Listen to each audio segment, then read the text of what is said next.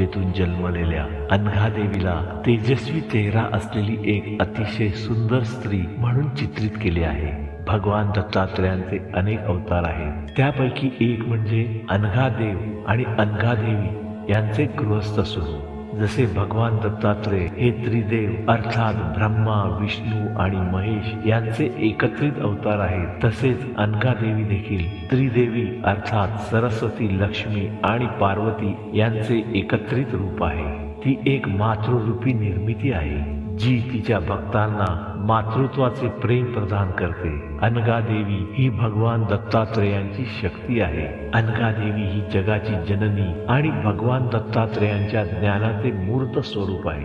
अनघादेव आणि अनघादेवी सर्व प्रकारच्या पापांपासून मुक्त करत असल्याचे म्हटले जाते.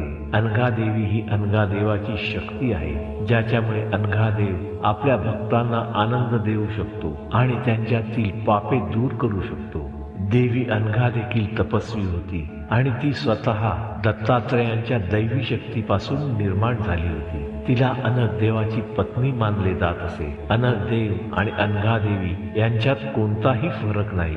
जे अनघादेवीला भगवान दत्तात्रेय म्हणून पाहतात त्यांना दैवी लाभ प्राप्त होतात असे म्हटले जाते. ही लीला लोकांना जाणीव करून देण्यासाठी होती की देव म्हणजे तो किंवा ती नाही. देव अनेक रूपात असला तरी एकाच ऊर्जेपासून निर्माण झाला आहे. या दैवी जोडीची पूजा केल्याने व्यक्तीला प्रेम, शांती, समृद्धी, यश आणि कौटुंबिक कल्याण मिळते. दत्त दिगंबर दैवत माझे दत्त